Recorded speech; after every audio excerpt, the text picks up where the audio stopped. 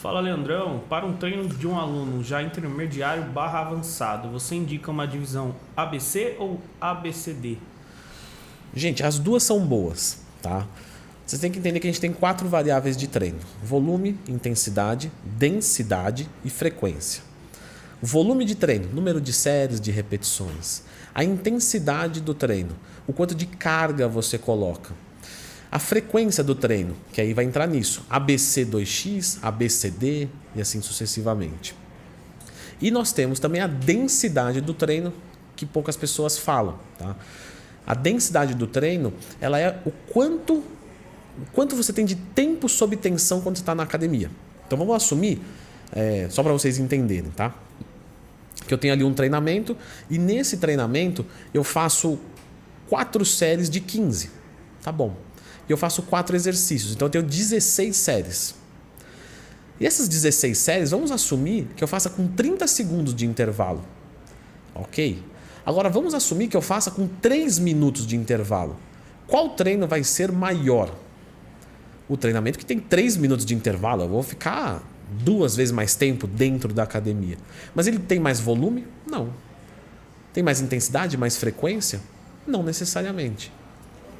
Ou seja, é um treino menos denso. Porque eu levei mais tempo para fazer a mesma coisa. Isso é densidade de treino. Quando você vai fazer, por exemplo, um treino cheio de drop set, biset, super set, a gente está falando de um treino muito denso, porque você está toda hora tempo sob tensão, você descansa, daqui a pouco pega outro, continua e assim sucessivamente. Então, quando vocês vão olhar um treinamento, agora voltando à pergunta, ABC, ABCD, né, vocês criam às vezes uma expectativa que existe uma coisa melhor. Tá? Não é assim. Isso é um contexto. Não adianta nada eu colocar uma frequência maior e uma intensidade muito baixa. Via de regra, quanto mais você é treinado, menos frequente você treina. Por quê? Porque o seu treino é muito desgastante. É muito diferente um iniciante treinar peito e pegar um cara hipercondicionado e treinar peito. Por exemplo, vamos pegar um cara que nunca treinou, vai treinar peito, beleza. Vamos pegar vai treinar peito. Vamos pegar o Vitor Boff, que estava aqui na semana passada com a gente, que é um atleta, tá? Para quem não conhece ele, de fisiculturismo, com 120 quilos, e ele treina peito. Você entende que o desgaste dele é muito maior, porque o músculo dele é muito maior, porque ele levanta muito mais carga e ele precisa de mais tempo de recuperação. E mais do que isso, ele precisa do quê? Ele precisa de um estímulo muito alto para responder. Porque imagina se ele vem aqui e faz um treino X ali. Ele não vai evoluir, não tem estímulo. Então vamos subir o estímulo, porque o corpo dele tem que sentir isso. Sobe a intensidade do treino, sobe tudo. Aí, obviamente, ele vai precisar de mais tempo de recuperação. Entende? Então, então vamos colocar aqui, um intermediário, um avançado, ele vai responder melhor treinando menos frequente, desde que ele crie intensidade e volume para isso.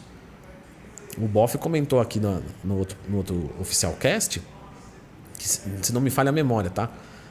Que de dorsais, que era um ponto fraco dele e tal, ele fazia tipo 8 exercícios, ficava 2 horas treinando dorsal. Você entendeu? Esse cara não consegue treinar segunda e quinta dorsal. Não, ele precisa ter um tempo maior. Treino na segunda, às vezes vou treinar só na outra segunda. Dorian Yates, em uma época da sua vida, lógico, ao que tudo indica, né? Não sou o Valdemar Guimarães que treinou junto com o cara, mas eu leio. Tinha épocas que ele treinava a cada 10 dias um músculo. Porque era muito forte o treino. Era muito forte. Então ele tinha que esperar 10 dias para recuperar. Ou seja, um iniciante pode treinar mais frequente porque o treino dele é mais fraco. É de acordo com ele, é forte o suficiente para ele. Mas para a biologia humana é mais fraco do que de um cara com uma ultra biologia humana, né? Porque a gente está falando normalmente de um cara iniciante, ele é natural. O intermediário pode usar alguma coisinha leve e um avançado, às vezes, para evoluir, tem que usar alguma coisa alta. Então ele é um super ser humano. Então tudo para ele tem que ser super, certo? Basicamente, o que a gente tem que entender é o seguinte. Para a gente evoluir, a gente tem que treinar exatamente no pico da supercompensação. Leandro, é fácil isso? Lógico que não. Tá? O que é isso? Então você vem aqui treinando. Certo? Você está numa linha de platô. certo? A linha de platô ela é igual, eterna. Quando você treina, você agride essa linha de platô. Você cataboliza durante o treinamento. E se você duvida, faça uma bioimpedância antes do treino, aí você treina a perna, mas treina. E faça uma depois. Você vai ver que você perdeu massa muscular. E tá tudo bem, porque essa perda de massa muscular, ela gera sinalizações, né? Por exemplo, via mTOR, via MPK, que são bandeirinhas para falar, olha, tem que crescer músculo aqui. Por que tem que crescer? Porque perdeu. Então o treino tem que ser catabólico. E aí, quando você começa, né, a agredir, chega um momento que agrediu o suficiente para, no período de recuperação, você começa a subir. Então aquela linha que era de platô, ela não é mais de platô. Ela tem um afundamento e depois ela começa a recuperar. Então o primeiro dia sobe um pouquinho, o segundo dia, o terceiro dia. Aí vamos assumir que no quinto dia ela voltou a ser o que era. Aí você treina de novo. Não, porque você treinou igual nas duas circunstâncias. Estava aqui, eu treinei, voltei para cá e treinei de novo. Então eu vou ficar nisso eternamente, estou estagnado. Você espera mais 2 dias, por quê? Porque são as sinalizações, as bandeirinhas que a gente conversou. Então a pessoa agrediu, voltou a ser o que era. Se ela esperar mais 2 dias, ela fica mais forte. Porque o corpo ele quer ser mais forte, porque ele percebeu que teve um afundamento da sua linha de platô. Quando você treina aqui, você acertou. É o melhor momento para você treinar. Porque você vai fazer o mesmo processo, só que o gráfico vai ser mais ou menos assim. Ó, ele vinha reto, afundou, voltou a ser o que era, subiu, aí afunda de novo e assim sucessivamente. Isso é o princípio da progressão, da supercompensação. Coisas que a gente não pode deixar de falar. Não é instintivo isso. E por que eu digo isso? Porque tem aluno meu da consultoria que fala, Leandro, eu estou me sentindo bem. Beleza, querido. Dependendo do teu nível de empolgação, de como você está naquele dia, às vezes você treina de manhã, chega de noite e você fala, já estou legal. Isso quer dizer que está recuperado? Não. A recuperação muscular ela é silenciosa às vezes. Então cuidado para não se empolgar, porque eu juro para vocês, com a minha consultoria eu tive a certeza de que a maioria treina errado para mais. Teorias que eu acho, né? Isso que eu acabei de falar. Então a pessoa se sente bem e fala, estou me sentindo bem, já consigo treinar peito de novo. Isso não quer dizer que está recuperado e super compensado. Outro, eu entro lá e, por exemplo, como vocês vão ver aqui no canal da Oficial Pharma, um treino do Vitor Boff. Você fala, pô, legal, beleza. O cara faz 2 horas de costas, então eu vou fazer 1 hora. Vou fazer, se ele faz 8 exercícios, eu vou fazer 6, então 5. E às vezes é um cara que ia crescer com 3, 4 exercícios. Por quê? Porque ele está copiando um cara avançado. E aí é engraçado, porque quando, né, a pessoa entra na consultoria, eu abaixo o nível de treino dela, na cabeça dela. Se eu não estava respondendo com aquilo, com isso é que eu não vou responder. E aí é que responde. Por quê? Porque presta atenção no que eu falei. O treino ele é catabólico. Então vamos assumir, você saiu daqui e você catabolizou até aqui para recuperar e supercompensar.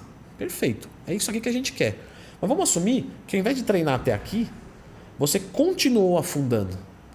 Só que esse extra não sinaliza mais. Ou seja, aquele tantinho que você ia ganhar, você perdeu nesse dia e fica um dia pelo outro. Por isso que o excesso de treinamento não gera hipertrofia.